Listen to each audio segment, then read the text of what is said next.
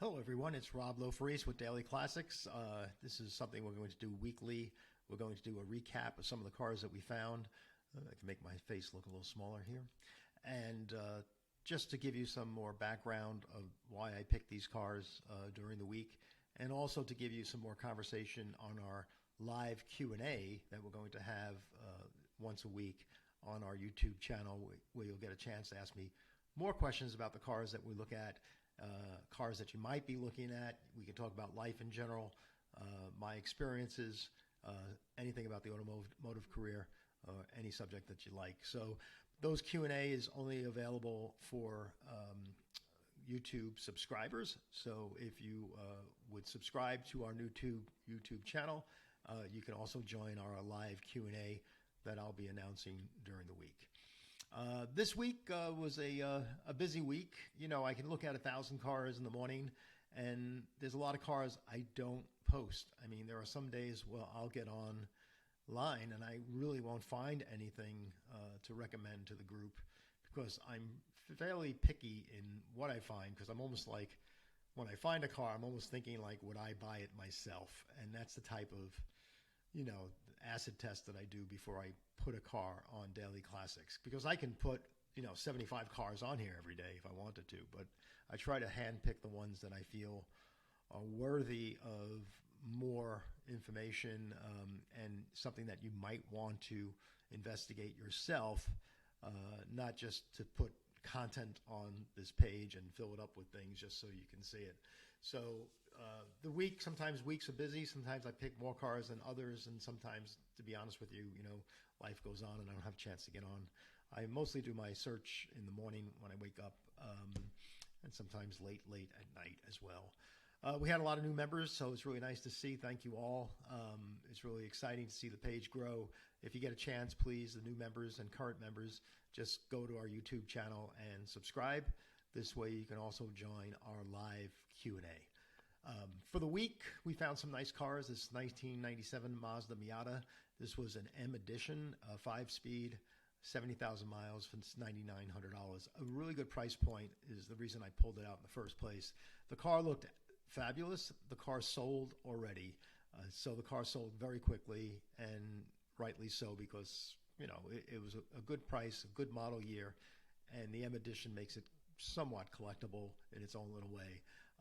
Like I said here, I'm always a fan of the Miata MX-5, and there's a huge following for all generations of Mazda Miatas.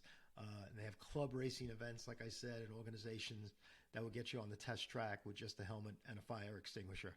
I've done it a number of times in car clubs that I participated in.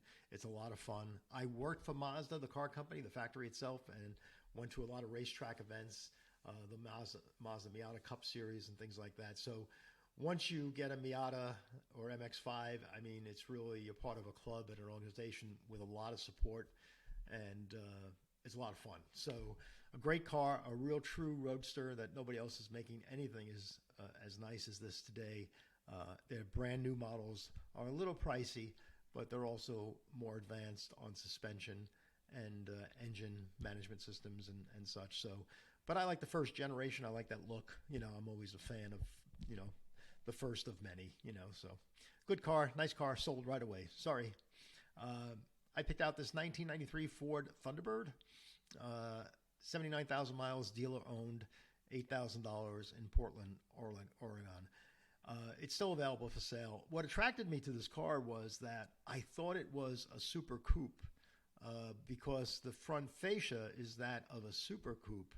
But then when I dove in and did my homework, I found out, ironically, that in 1993, all models sported the aggressive Super Coupe front fascia.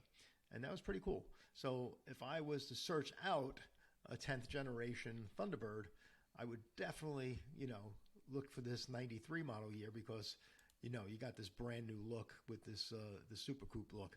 I think in 94, the car was refreshed, and that Taurus-looking nose went a little bit more mainstream, but I do like this look very much. So a nice car, nothing fancy, plain Jane. I mean, it's an alternative from a Mustang if you really don't want to shift gears and you just want to relax and, smoke a cigar on the way home from work every day, and save $40,000 than buying something new. Is not a bad car to own. A lot of fun too. I found this car. This was really fun. A 1983 Chrysler Imperial, a Frank Sinatra edition, with 7,700 miles, and the seller had said in the ad that the car was owned by Lee Iacocca, which I thought was kind of strange. I didn't think Lee Iacocca buys cars. But the story was true. We have one of our members here, if you read it in the post, Donald here, he had mentioned that it was a real deal. Don knows the original owner of the car, who unfortunately did pass away, so that's very sad. But it is a true car, so it's really great. So I said, hey, Don, thanks for the background. So sorry to hear about your friend's passing.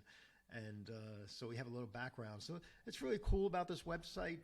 This group that we have on Facebook is that here I just find a car, have no clue that one of our members knows the owner, and then one of our members gives us more background.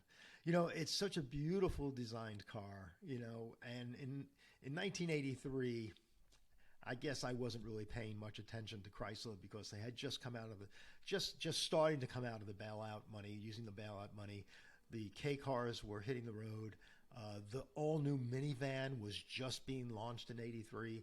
So all the attention was going to the K car platform, and Lee Iacocca was boasting, if you can find a better car, buy it, and giving out $50 test drive certificates to buy a car. And then in the showroom somewhere was this beautiful, beautiful luxury car. And, I'm sorry I didn't pay attention to this car. When I was younger, I probably would have bought one. It's just so beautiful, and I don't think the car is going to be a bad investment.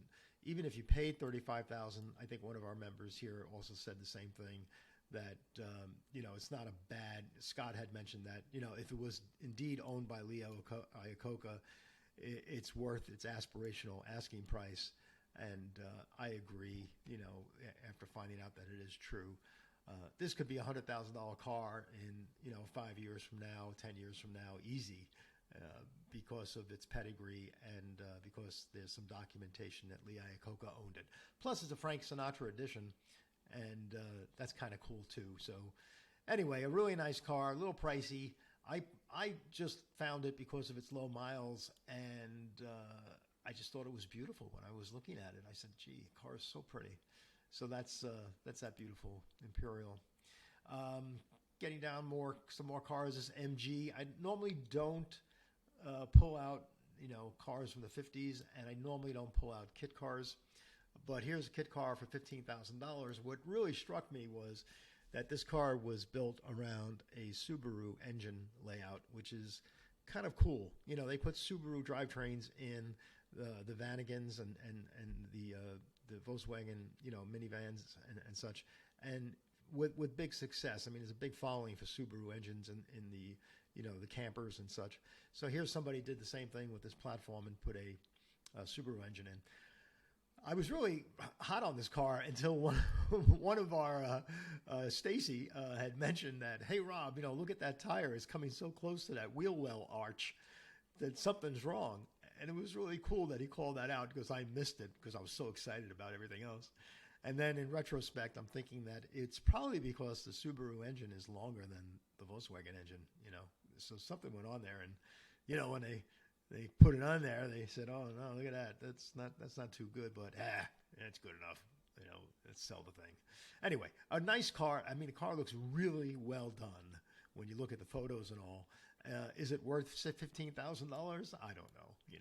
Would I pay $12,000 for it? Yeah, I probably would, and I would try to figure out a way of making this thing a little more pleasing to the eye. But that is very close, and thank you, Stacy, for calling that out. You guys are great. Moving further down the line, 1990 Mercedes-Benz 560 SEL, great car. I pull these cars out all the time. I've owned a number of these cars. I love them. Prices are still very affordable. Burbank, California, maybe, I don't know, maybe Arnold Schwarzenegger drove this thing with a cigar. But great cars. The SECs, SELs, the 5.6 liter engine, the 380. They had the 420. I think they had that year too. All the V8s are very reliable, but they all had certain problems, I think, with the chains and the chain guides for that model year. So bring along a Mercedes-Benz expert with you, or, give us a shout. Let us know what car you're looking at, and we'll get you some feedback from our members, what they think about it. But a nice car. If you can find these things, worth $7,000 all day long. I think it's, I'd start my conversation with five just to see how desperate he is. But it might be worth $7,000 if the paint is shiny and not faded. The sun does some weird things. It fades the paint, and it also will shrink the leather interior around the door panels and the B-pillars and things like that. But you can get those items replaced eventually. But a nice driver and a very classy car to drive around, especially in warm non-snow snow markets, because it's rear-wheel drive. Anyway, one of our members posted a photo of him with his GTO, 1970 GTO, and just like all of us, we wish we had these cars. And unfortunately, we don't. Somebody else does. I always wondered, where that VIN is. If you did the VIN search on this GTO, too bad there's not a directory somewhere. Maybe we'll create one where there's a directory of these VINs. And I guess you can't use Carfax because Carfax doesn't go down that far. A beautiful Buick from one of our members, really pretty. Let's see, a Mark III. Big fan of the Mark III. I've owned a couple of them. I thought it was a little expensive. This car, horrible photos, no description. I always like finding cars with no description and horrible photos, because sometimes sellers are just so lazy. They have something really nice, but they're just lazy about it. And they say, "No, I'll just throw it out there, put a price on it, throw some pictures on there, see if anybody bites." And sometimes they're good finds. They're horrible. They're horribly presented. That doesn't mean we should avoid looking at them. This is the showroom brochure color, I believe, this maroon. It also was the color in the French Connection. I think somebody mentioned it too. So a really nice car. I've owned them. Over-the-top cars, cars that you'll never get your money out of this car. Never, ever, ever. The day you buy this car is the day you lost $11,000, because you'll be putting money into this car later on as well. It has hydraulic actuated windshield wipers. It's got a vacuum that operated everything. That's why the headlight lamps are in the up position when the car is parked, because there's a little leak and they go and you lose your vacuum in there. And good luck trying to trace down vacuum lines from 1971. It's like you just might as well just replace everyone and start fresh. But a lot of fun. Beautiful car. I mean, the car is attractive, but I'm not seeing much in the way of future appreciation on these cars. They just don't have the following, unfortunately. It's like the T-Birds, But exceptional models can bring $20,000, $25,000. And this one looks like it's a car that's, it's in good condition, but not perfect, We found this beautiful Ford Falcon. I love these Falcons from the 60s. This was $5,300, which is cheap money today in California. Maybe an original California car, original California dried out paint. The car looked like it had some engine work. It's 4 doors. Under close inspection, you can see it needs a headliner. I didn't catch that when I listed the car.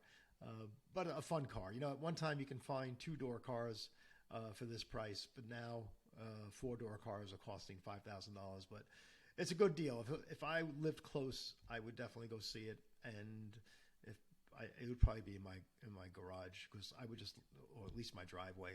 It's something that I would drive every day and just have some fun with it. Anyway, fun car. I think all you agreed, you all liked it, so that's pretty cool. This was a real or scam. I'm not really sure. Most of us said it might be a scam, and then in further discussion, it said that it's real. The interior is real. I thought there was something weird about a bench seat in a Grand Prix of this year. What year was this? 77. So I said proceed with caution. I think all of us mentioned that you should proceed with caution, but I think it is a real deal, and it is somebody that's selling the car. Scott liked it, but Scott said, buyer beware type thing. And Scott's amazing. He gets into some detail that I miss on all the time. So I always love and enjoy reading Scott's replies. When you see a car, if you find a car and you want somebody to give you some heads up on it, message Scott. I'm sure he'll help you a really good guy, a really good member. This 340 Duster, growing up in Brooklyn, we had a guy that had a blue one, and it was a 344 speed. They were really base cars, had no air conditioning, nothing, roll-up windows. The cars always have a sinister look to it, and it just looks in motion when it's standing still, and especially when it's hopped up in the back. And I always use those words with wide Mickey Thompson tires and all, and side pipes. You can really earthquake and shake up the ground a bit with a car like this. $38,000, a lot of money. Hey, listen, it's $38,000 a lot of money, but is it worth $30,000?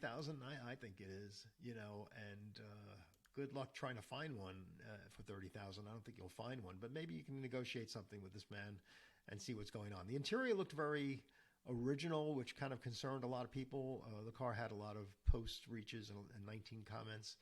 And a lot of you have mentioned that the interior looks a very original interior. So the person put the money into the body, he put the money into the engine, and then left the interior as is, which isn't bad, but it's not a fully restored car. So take that in consideration when you're looking at it. It's in New Jersey. It's in my market.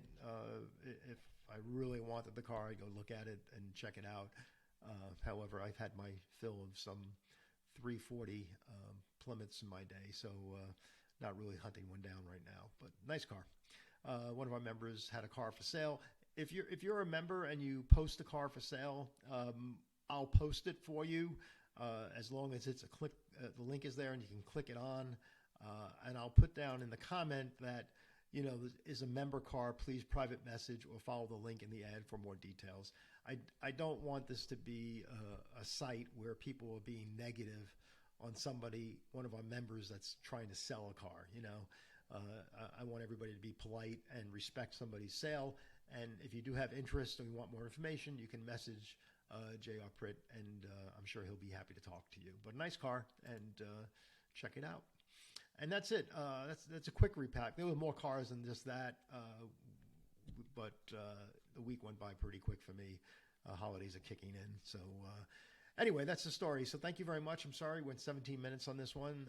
If you enjoyed this, please like the video, and please subscribe to the channel. I appreciate it. I'll talk to you soon. See you live, and I'll announce that very shortly. Thank you, and have a great day. Bye.